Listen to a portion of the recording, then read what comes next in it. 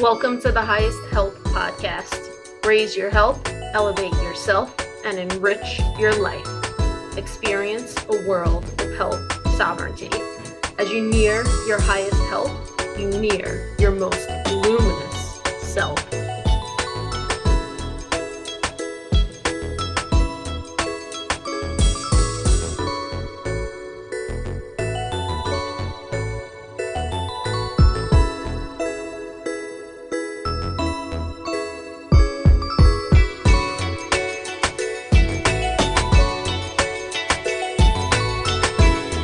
All right, welcome everybody, the Highest Health Podcast. Today we have one of my dear friends, Jessica Marini, who is a speech language pathologist in special education, where she helps teenagers communicate their desires and wants. Jessica and and she also has her own podcast on mental health, as well as a blog on mental health. Her and I met back when we were both teenagers. I think we were at our friend's house. I was friends with her brother, and then through him, I met Jessica. A year or two later, I started working with her mom at a veterinary hospital. Good friends since. That was such a nice intro, Natasha. Thank you. Thank you. Is there anything you want to add to that? No, I wish everyone introduced me like that, just in life in general. So I feel like that was perfect. You hit the nail on the head. Oh, thank you. Jessica, what is mental health? It's so hard to define it in the sense that, like, when you're on social media, I'm glad you asked that, because everyone has their own definition of it. So I feel like I would stress that this would be my definition. It doesn't necessarily have to be the definition that everyone has to follow, but I feel like mental health is being at peace with your mind and your heart, and being aware of how you feel on the inside, taking care of not just the physical in your body, the stuff that we can't see, but that's around us every day. You meet with someone who perhaps doesn't have fantastic mental health, what do you think it presents as? Is it like shyness, or like lack of eye contact, or low energy?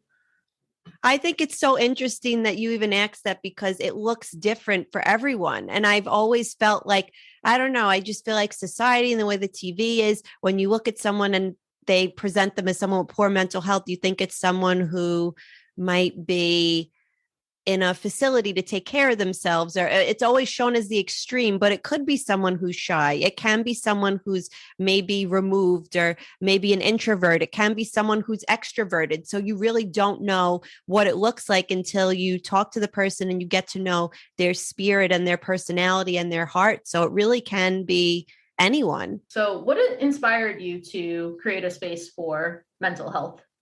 So I started to do it during the pandemic, I think around, April of 2020, which feels like a long time ago now, but I mean, I guess it really isn't. I was depressed in the sense that I really missed the social aspect of being with people. It was like the very beginning of COVID, and schools were remote. So I was home, and I just felt like, obviously I was very blessed to even have the opportunity to work and be at home. But I was just like, I really missed that social connection. And I felt like everyone around me was very down. And I was like, it would be cool if I could just start writing, as if I'm writing to myself, but I'm writing to other people, about just like these things that were around us, but we don't really talk about enough, like toxic positivity and resentment and expectations. And it really just, I don't know, it was just exciting to me. So I started writing, and then this woman reached out to me, Dr. Christina Castanini, and she has her own podcast called Behind the Bite. And she saw one of my blog entries about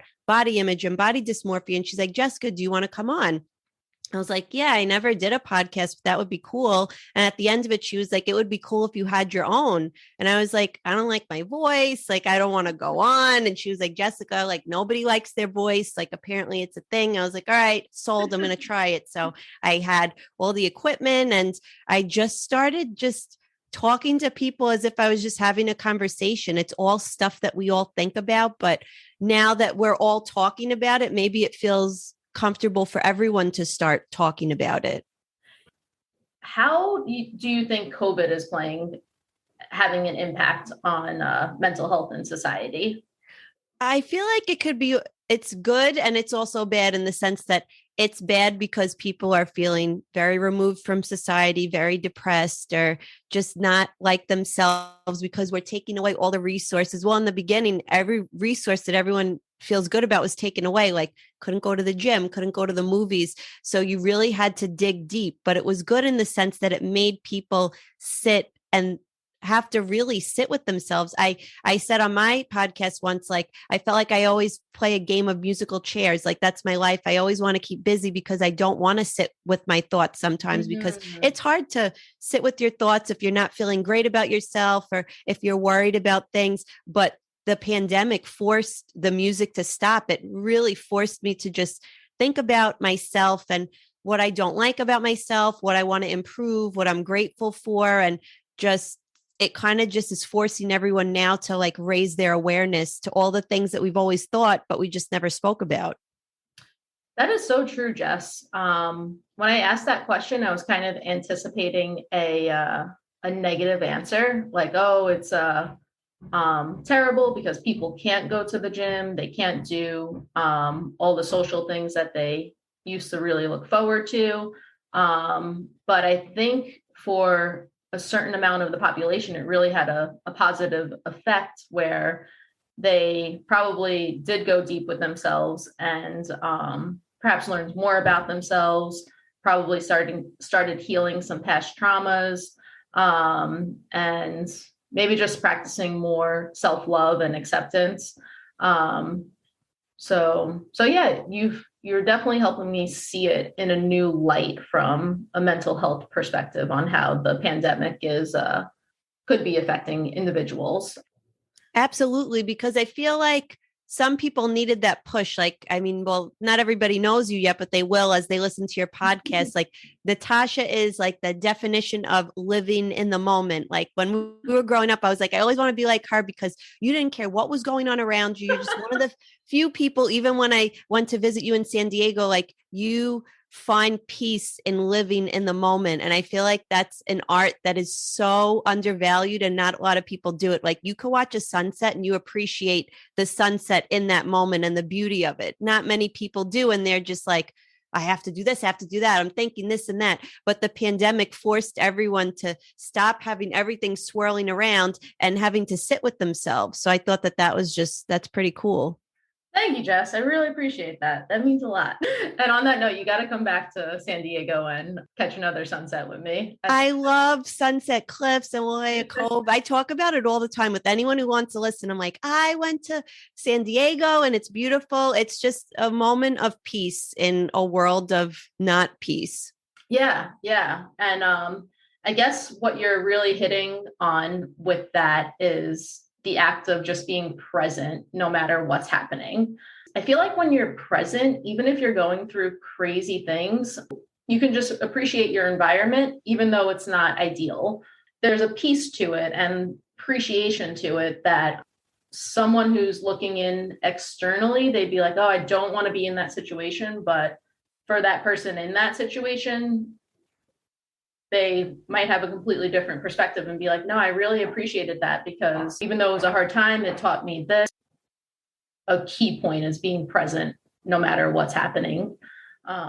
I think for our sanity, that's what this whole experience has taught us. And I think it's nice that you're even creating a space to have this conversation. Like, we're not saying you and I are experts in the field. I'm not a therapist. You're not a psychologist. We're just two normal people having not normal, like, we're just two people. Cause I don't want to say normal because which one of us really is normal, but we're having this. Normal. That's what I'm saying. So we're having this space to have this conversation, but we're saying we're just everyday people just trying to figure it out together. So based on both of our experiences, we've learned that we should be present in the moment. And that's what COVID probably has taught us because there's always so much we're going to hear, so much that's going on, but you have to find peace in the present or else that's where you really start to lose yourself. So I'm personally fascinated with just health in general, like optimal health and well-being from a spiritual perspective, from a mental perspective, and from a physical perspective.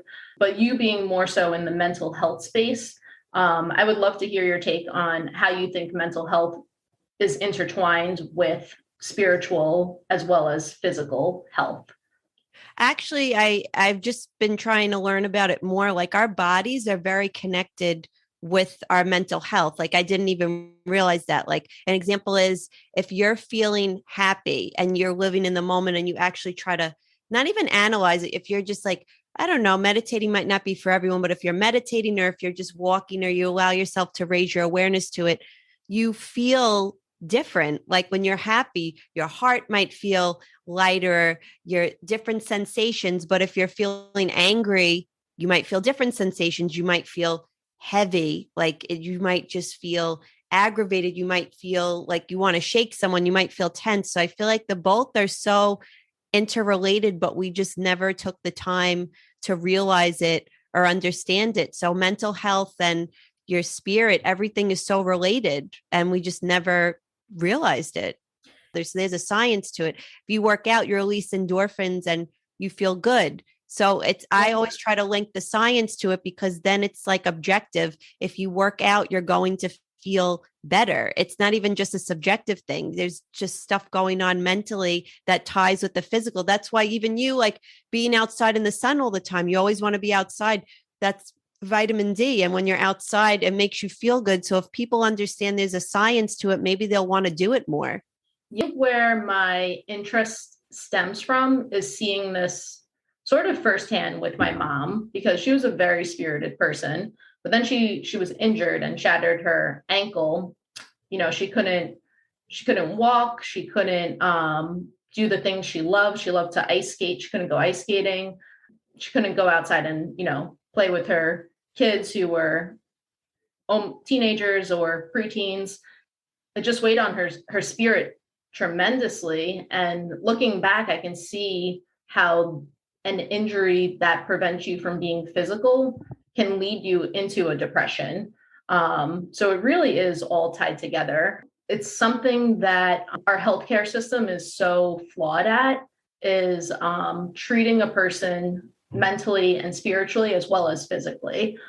Well, you said it before, like a holistic approach, like before we were talking on the episode, like they don't really think about that. And I think it's because they just want to treat what they see physically. The mental you can't see, so it could be pushed under the rug or it could be avoided. But it's like if someone has a paper cut or if someone breaks their leg or something, they just want to treat that because they physically see that someone's being harmed. And mental health, like you would have to dig deeper and it's probably more intricate and detailed. But even the example with your mom, may she rest in peace, like it's just sad. I could see, she wanted to do those things and maybe the healthcare system didn't care about her spirit as much as they wanted her to just be better physically. But we're not just physical beings, we're also spiritual beings too. Right. Their answer of just painkillers and antibiotics is not cutting it. Everything is a feedback loop.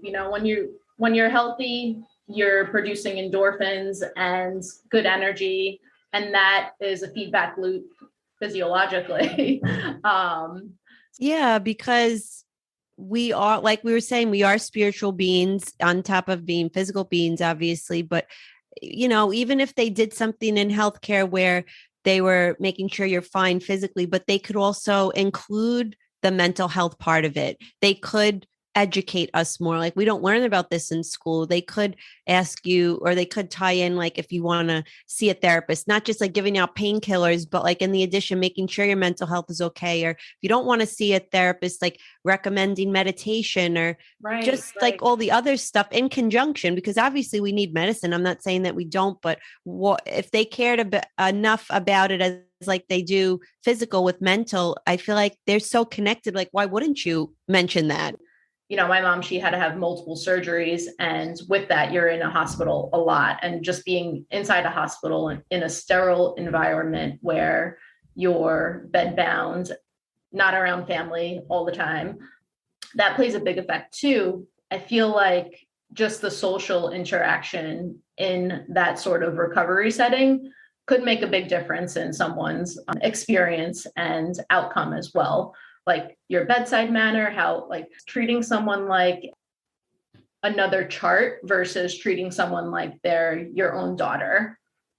Yeah, they say sometimes like I don't know, I would always want to treat someone like they're my family. Like Right, before right. someone's diagnosis, they're an actual person. So if you would feel okay with being treated like that, just being another number in a chart, and I don't think anyone would be okay with that. So that's why they have to make sure you're okay mentally. Like even if someone has COVID, it's hard because you have to stay. I mean, I had it last year and it was a full 2 weeks. So, I was making sure I was okay physically, but what about the social part of it? What about the mental part of it? So that's why nobody really talks about that and it's not really being recognized. It's definitely not, the nurses and physicians who are at fault. It's the systems Mm-hmm. where it's like 10 minutes, see someone. Oh, I gotta, 25 patients to see in whatever time block. And they're just put in a structure that is sort of inhumane, I would say. So I feel for them too, because, everyone's a person and everyone has a heart, but sometimes, when you're in those situations, I imagine that you would have to become sort of callous in order to do your job successfully. I mean, I think with any job at some point when you're getting so much work and you feel overloaded, you kind of have to detach Yeah. because you can't put all your heart and your soul into everything you're doing because you're going to feel so upset. You're going to feel so drained. You want to help everyone. So you kind of just have to detach because we can't fix everything. So I feel bad for doctors and nurses. They feel like they're so overworked and burned out. So I can't even imagine what they go through. One is suffering, mentally, spiritually, physically, feeds back into society, the ripple effect that it has from one person to another, and then on an even greater level to a societal impact. I just feel like we see that every day without even realizing. Like we all remember someone from our childhood or that sticks out that was not, excuse me, nice to us. Think about it. We all have a memory of someone that, because they had a bad day and maybe their mental health was not intact, they were not nice to you and it stuck with you because maybe they said something that resonated with you or hit on a certain trauma that carries over. So then it affects your mood. Then Yeah. if you're having a bad day, it could affect somebody else's mood. And then it makes them feel down. On the flip side of it, we all remember someone that was really nice to us, even if it's a teacher or someone at a store or obviously a family member or friends.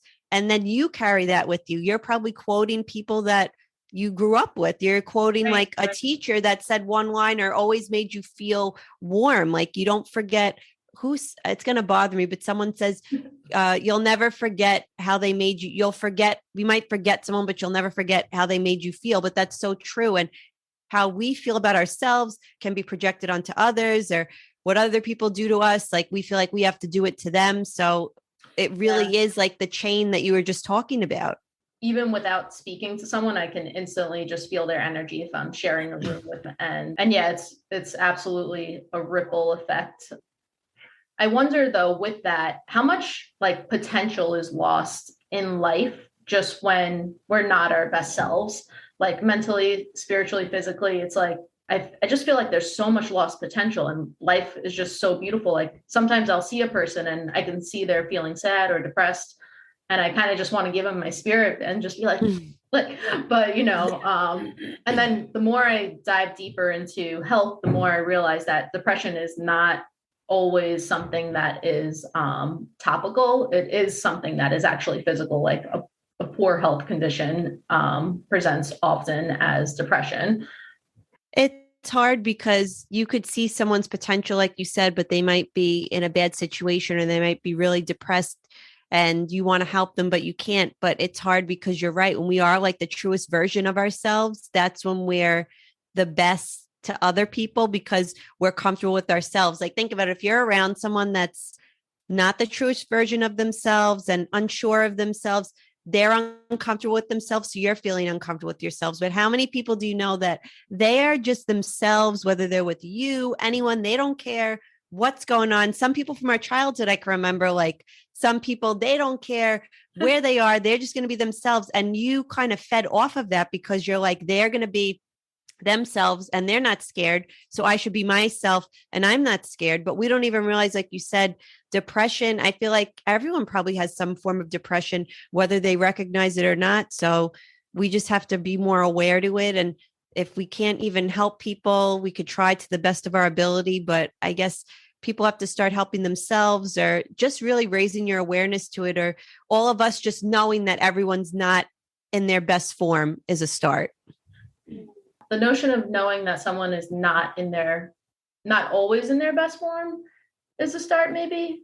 Do you think that no one is in their best form, or?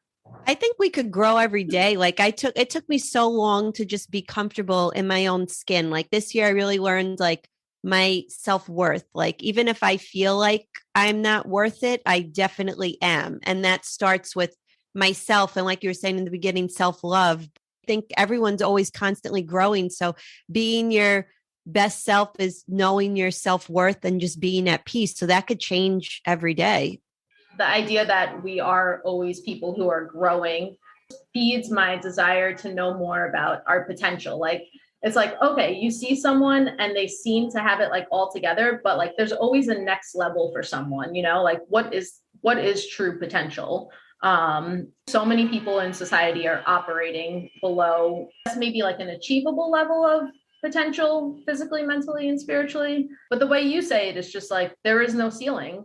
Well, it's hard because we all compare ourselves to everyone with social media and everything. So if you see someone like, oh my gosh, they just got promoted, or oh my gosh, they're having a baby and they have a boyfriend and they're getting married, and I'm over here and I'm like not doing any of that. Like it's hard because you kind of stop yourselves in your tracks. So as long as you're at peace with yourself and you're happy and you're like open to growing, that could be you being the truest form of yourself and knowing that you could constantly grow too. So it looks different for everyone. It always comes back to us. And you just said it again, is, being at peace and present and being present. And the external factors are just endless. You could always want more, desire more. Does it really feed our soul? Probably not. I agree. I totally agree with you. And it's so funny. Like my happiest moments are when I'm just like at the beach with my dog, I guess doing what is true to your spirit. Yeah, because the best moments I feel like I have, like you said, like it's not when I'm trying to impress other people, because who really cares about that? It's like just when you're doing what you want. And like they even say there's a science around being in nature and you feel grounded and you feel more at peace. So even if you have to find your own nature, I guess, if you don't like going for walks or whatever, some people find like their own form of nature and going to the movies or going to the gym or spending time with family or journaling. There's like a million things, but you have to find your own and what clicks for you. But if you're doing it for yourself, that's when you feel you're connecting the most with everything. Yeah, so true. And your concept of like, I am definitely someone who appreciates nature. And like I would probably go as far as saying, like, I do believe this actually, that humans are nature. The idea of you saying like, the movies could for someone be what nature is, or journaling for someone could be what nature is. That's an interesting concept. Yeah, because I was thinking about it, like if they tell you, and I mean, really, who is they anyway? But they're like, oh, you should go for a walk or you should go to the beach. If you're kind of dragging someone to do that and they really don't want to do it, it's like, what benefit are they gaining from it? I mean, I love the beach. I wish I mean, I know I live close, but like you live like right there. I would love to just sit. I mean, in the summer, I would just go, I would bring a book and I would just sit in the morning. And it's so, there's just something about it that So soothing. so soothing, so serene, tranquil, and I just feel relaxed. But some people are like, I don't like the beach. I don't like the sand. I don't like it's humid. So I'm not going to force someone to do that. So you have to find something that works for them. And we're all raised differently. We all have different values. We all grew up differently. So if someone likes to go to a baseball game and that's their piece, that's their form of nature. And you are technically outside. So this is just funny to me because in my head, I want to be that person who forces them to go. Oh, guys, Natasha has forced me throughout the years to do things. I'm very nervous about life and everything. And Natasha will be like, come on, Jess, like, no, let's just go. Let's just do it. Like when I went to San Diego, we went to La Jolla Cove and oh yeah, I took and we went to Sunset Cliffs. I drove a rental car by myself. And I was like, she goes, just do it. Like, it's fine. I've never seen her ruffled or aggravated. She's like, just do it. I was like, okay, like I'm driving on this cliff. I have no idea where I am. It's late. But once I get there, I was like, it all makes sense. We're just walking along in the sunset. And I felt liberated and I felt free. So I think you do need that friend that pushes you, but you also have to know, like, if your friend, I mean, I'm just against it because I was nervous, but if someone genuinely hates it, then that's not something you're going to recommend for them. Yeah. I had no idea that that is what you experienced. I mean, I was scared because I live in New York and I went to California for the first time and I'm seeing Natasha and I was just like, I had no idea where I was going. I was like, what if the GPS doesn't work? Like her phone wasn't, I don't know if you were by your phone. Like, God bless Natasha. She doesn't need a phone. Like, if she never had a phone again, she'd be fine. So I was just like, I felt like, yeah. So I was like, I feel like I'm just by myself and I have to figure it out. But I'm saying, I'm glad you pushed me because once I got there, it was just the greatest thing I've ever experienced. And I still talk about it to this day. So that's how you know, like, it really resonated with me. Good. Well, I'm really proud of you for doing that and coming to the cliffs with me. Yeah, no, that spot is special. And like next time you come, like there's even more of it that I want to show you. But there's so many cool spots in California. Big kudos to you because thank you. Yeah. Oh yeah, being out in nature and how I just usually want to force someone to do like what I think they will like because I like it.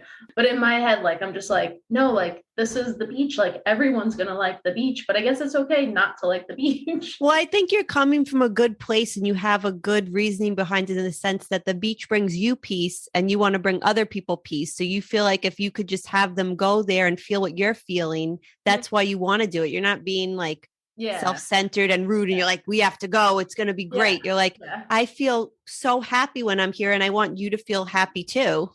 Yeah, no, I completely agree. Earlier you mentioned social media, how that plays a part with our mental health.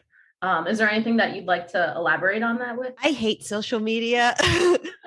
I really do. I was talking with my friend Angela the other day about it. Like, life was just so much simpler when we were younger, and I'm dating us, but when we had MySpace and like you're worrying about the top 8 and you're making a profile on AIM and you highlight and you see like something in the highlighted section that's blank and it's like, I love you. And it's just, that's growing up like that.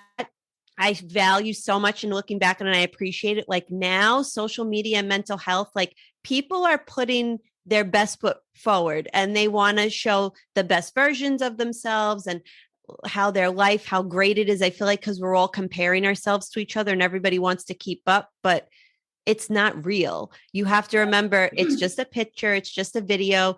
2 seconds before that, the people who took it could have been fighting, but they're posting that, or I've read somewhere that people like rent out fake airplanes and they just take pictures in the airplane and they post it like off jet setting or something. Dang. Which is, I guess, okay if they're insecure and they're trying to fill a void. But if you see that and you're home and it's like, gosh, I'm not doing that.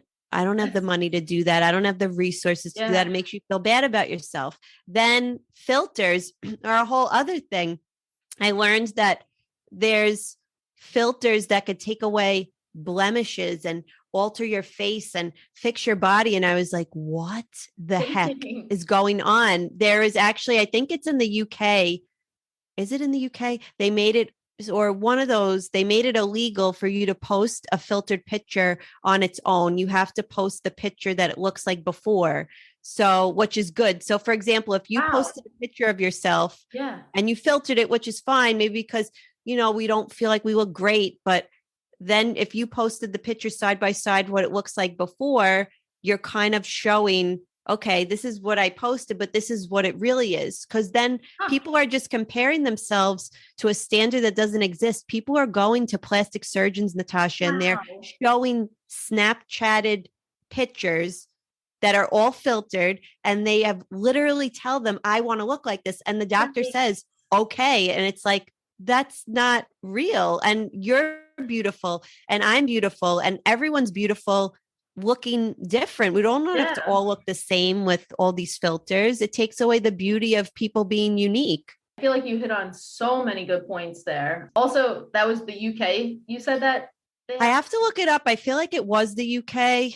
I'll send it to you when I find it. But yeah, I was talking about it on another episode I was doing, and me and this girl, we were mind blown. We were like, this is just the coolest thing because that's so good for mental health. Like, to show, and a lot, it's like a trend now. There's a filter on Instagram, I forgot the name of it, but it's literally a half filter, so it Wow. shows one side filtered and one side not filtered, so it's showing like a trend, like you look beautiful on both sides.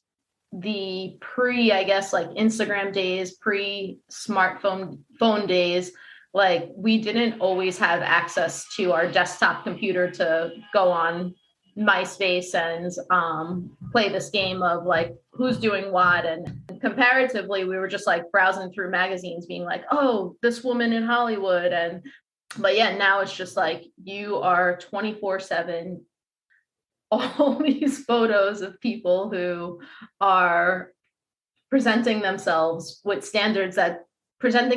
in photos with standards that are actually not real because of all these, I guess, filters. And I honestly, I didn't know there was so many different things you can do. It's um, crazy. I was researching it and I was like, I would never want to do that because I would be scared if someone saw me in person, they would be like, you don't look like yourself. So that's why if I ever post a picture, it's like no filter, it's me. And it's like, because then if someone sees me in person, they're like, oh, that's Jessica. Can you imagine if you fixed your so true. nose or you fixed the shape of your face or you fixed your body? I understand because we're insecure about how we look. I mean, I definitely am, but like, I would feel worse if I changed my picture because you can't change that in person. And then they'd be like, wait a second, you look a little It's almost like different. catfishing. Yeah. And that's like a thing. And I understand why people would want to do that. But then I would feel more anxiety about meeting the person and them being like, wait a second, you look a little different, Jessica. What did you do? Like, I'd be like, oh, well. I am so thankful that when I was a teenager, I didn't grow up with this because I can only imagine being a young girl today. You know, as an adult female, we experience these feelings, but as a young female, where you're so impressionable and you haven't developed your sense of self and your confidence, it's, almost a no brainer why young kids like 12, 13, 14 are being put on like SSRIs and different medications to, make them feel some sort of, I guess, like happiness or calmness. I think at the end of the day, we just all want to belong and we want to feel accepted. Like my coworker was actually just telling me she has two daughters and they're young, like, 10, 12, 14, Mm. something like that. And she tells them she's been having conversations with them. She's like, girls, like, this is Snapchat. It's not real. Like these pictures on Instagram, she's showing them. She's like, they're not real. And she shows Yeah. them real pictures because she wants them to know, like, yes, that's beautiful, but you're beautiful too. And you don't have to look just like that. You could also look like this and be beautiful. You could look like this and be beautiful, not just what social media is showing you. Yeah. I think the most beautiful thing about a person is when they are themselves, just their energy and courage just to be themselves. I feel like I've gotten to a point where I can see anything and everything, and I'm so disconnected from it now. Like it doesn't affect me anymore. I'm just like, oh, cool.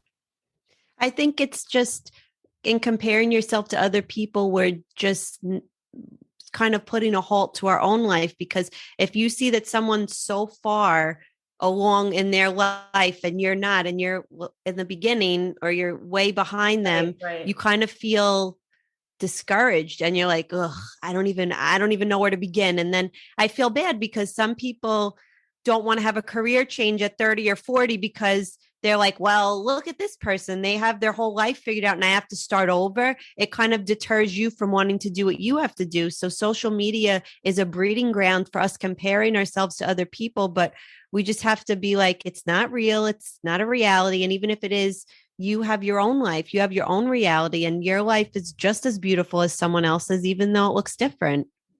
Social media, in a sense, brings us further away from our truest self because if they idolize someone and they see them doing this, they're like, that's what I want to do. But even though it's not true to them, it kind of is like giving your brain and your spirit to external forces and it's controlling you on this like subconscious level. Like it could be such a trip. And exhausting. Think about how exhausting that is. Like I've seen people post pictures of themselves and they feel like they have to because it's like, oh, I went out, like I look good, I got to post it and I got to put a really good quote there. And it's like, I have to put a song and it's like, aren't you tired? Like, no, like if you see my page, it's, I love old people. I love dogs. I love helping other people. So literally just, that's what my whole page is. Anytime I post a story, and I love baseball. So it's like, and corny jokes. So it's just all that. Yeah. And I'm not worried about what other people are going to think about me or, some people even go as detailed as the likes in their picture. Like, oh my God, like I posted a picture and nobody liked it in 10 minutes or I only got 5 likes. And it's like, what? I actually like what social media is doing now. You could take away how many number of likes you have. So when you post a picture, it says so-and-so and others liked it. So you don't make people look at that number and they equate like the number to their worthiness, to status. But now you don't have to do that anymore, because if you put that on, then you won't see that and you kind of feel better about yourself. We're hitting on like two points here with social media. Is like you were coming at it from the perspective of like filters and aesthetic appearances, and how those aesthetic appearances really aren't real because of filters and everything else that goes along with filters. And I kind of was thinking at it like the way I think of social media is from like the perspective of like on how it could affect someone's mental health, is them just seeing other people doing whatever they're doing in life and that person feeling like they're not doing enough or not having enough fun, accomplishing enough. Those are just the two elements that we've been talking about, but I wonder how much more there is to it that like we don't even know consciously. There's probably so many things. That's what I'm saying. Like if you were thinking about just feeling like fear of missing out and going on vacation, and I'm talking about filters, if we asked another person, they might have something else that like we didn't even think. People just go out to take pictures to post on social media, which I guess goes back to you like talking about the jet, like where they rent a jet and take pictures. But it's just like they don't do it for the joy of doing stuff anymore. No, I said how many people go somewhere just because they want to post a picture. Some of the best nights I've had, I have no pictures. I love pictures for memories. My phone has a ton of pictures. I don't have to post all of them. But when I'm with my friends and my family, and I want to remember that moment for when I'm older, just to look back and be like, gosh, that was such a cool day. And I'm not posing. My hair might be a mess. Like I don't like to wear my glasses out. Maybe I was wearing my glasses, but it's such a cool memory. I have so many candid pictures. And they're the best pictures, to be honest with you. With how crazy fast our lives are and how much we have to do, that how easily I forget things. And just talking to you, like an old friend from Brooklyn, New York, like you just sparked so many memories that like lay dormant. And I'm just like, I haven't thought about that in, a decade. And if I didn't chat with you, I perhaps would have never even had that memory resurface. So yeah, I can see, I think that's probably where the real value of photos, or one of the real value of photos and posting is, could bring someone, real joy. And I'm sure there's like some upsides to social media too. Yeah. I feel like you just read my mind. I was just going to say that like mental health and social media, it's also good. I mean, I learned about toxic positivity just scrolling through, and more topics are coming up like trauma, expectations, learning how to plan things better, just all these things that we all think about. Now there's other people recognizing it, and there's posts about it, and you could read more about it, and people are being vulnerable with each other, which is cool. So it depends on where you're directing your energy. If you're directing your energy to fortune and fame and getting attention, that's what you're going to find. But there's also people in the social media world that want peace, and they want people to be vulnerable and feel comfortable with each other and talk about these topics. So that kind of gives you an outlet, and it gives you so many resources too.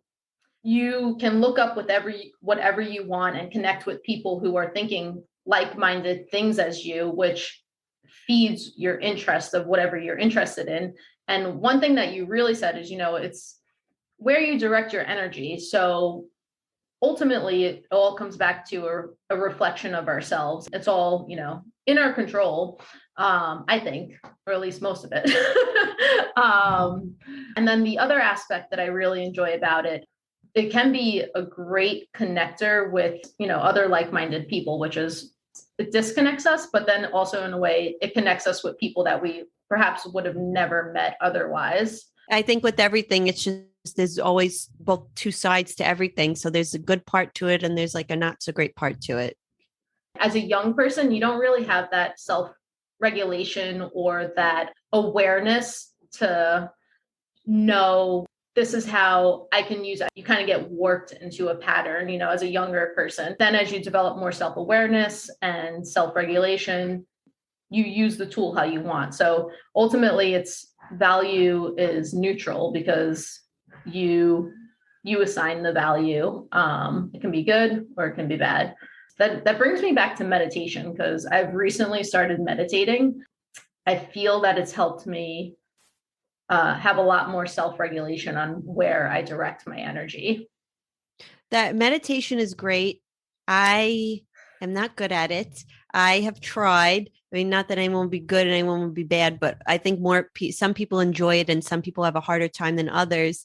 I have the Headspace app. I haven't done it in a while, but I recommend it to anyone. I mean, there's just so many courses. There was one on anger. There's one on grieving. There's one on just being happy. There's one on stress and anxiety, or they just have ones where it's just a free flowing one, or you can look up some on YouTube. It does bring you that self-awareness, that self-regulation, and it allows you to just sit with your body and just pay attention to it. And I think it's called body scanning. Like that's what they do in Headspace. Like they make you start and look all the way from how does your head feel all the way to your toes. And it really does feel peaceful when you do it. But it's also like you're saying, like you just started, but for people who don't like meditating, it's not like, I don't want them to be discouraged. Like, oh, you have to meditate or you're going to feel better. So like we were saying, they have to find their own form of meditating. If it's going boxing and punching a boxing bag, like, okay, have at it. Like that might bring you peace. Like if it's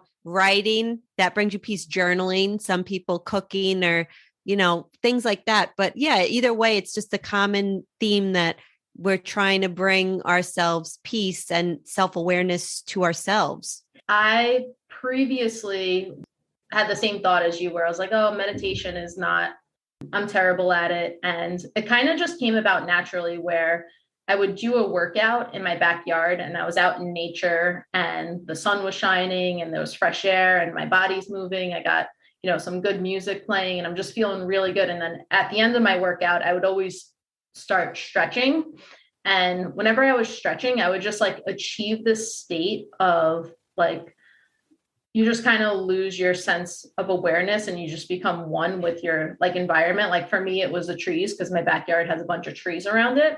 And I was just like observing a leaf and it was just such a feeling of connectedness to the tree, as silly as that sounds. No, I totally believe it. And even just, like you were saying, you did meditating in the right sense. I feel like something I've learned is if I think of it as a chore, you're missing the whole point. Like the point of meditating is just to learn how to be in the moment. So if you want to do it and you're open to it, that's fine. But if you're just doing it to check it off your list, you're really not getting anything out of it. So you have to allow yourself to just slow down and want to do something like that, like you did. And you had great benefits from it. You were able to like connect with nature and like leaves and just being outside and enjoying the sun. I bet you could, even if you closed your eyes, you could feel the feeling you had then now, because that's something that you're carrying with you. The environment has to be right. It can't just be, at least what I've learned, you can't just be like, okay, I have 10 minutes left before I have to do something else. I'll sit and I'll meditate. It's like,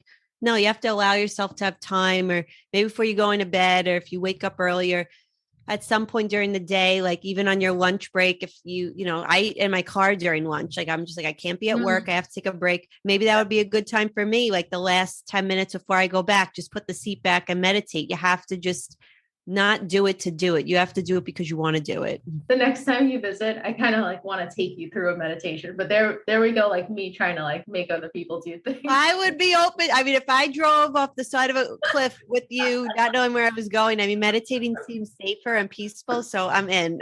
Yeah. But I think everyone is just at different levels. What are some ways that someone can start to prioritize their mental health? I've been trying to figure that out this year too. And I feel like it's just something we're always going to be working on. I would just say whatever works best for you. And the more you feel like you're going away from who you are and being yourself, like you'll just physically feel it. So I would say just listen to your body more. Like if you have more anxiety, if you're not eating, or some people when they're stressed, they overeat, or some people don't eat at all, or some people break out in hives. Like you just have to listen to your body because it's trying to tell you something. So just to raise your awareness to that, and just also to be patient with ourselves and kind with ourselves. This is something we're all going to be dealing with every day, but try not to get discouraged, because at the end, if you could be yourself and be at peace, it's like the most wonderful feeling in the world. Man, that so resonates with me. I can think of so many instances where I gave my inner my inner wisdom away to someone else. I was perhaps whatever it was. There's so many different situations. Searching for answers in some sort of capacity, and I was looking externally, but it's an endless hole. And it goes back to what you're saying. This is something I deeply believe as well, is just coming back to ourselves and connecting with ourselves versus trying to give external entities that power over us. So I really I really love your point of coming back to yourself and connecting with yourself and being true to who you are, because I feel like at the end of the day, that's probably like why we're all here, is to learn how to be our truest self. I couldn't agree more with you. It's just, you have to try to listen to your body and what's going on. Because if you don't, it's going to come out either way. I learned it's going to come out one way or another on a random day. Just wake up and you're like, all the sirens are going off in your brain and you're like, what is going on? So before it gets to that point, like a soda bottle that's shook and you open it and it like flows over, try to figure it out before, because you don't want to get to that point. Yeah. And how many people in our society are operating already at that point or past that point? Everybody probably. Probably a really good amount of people. So well said. Thank you so much for coming on. Tell our listeners where they can find you if you want to learn more.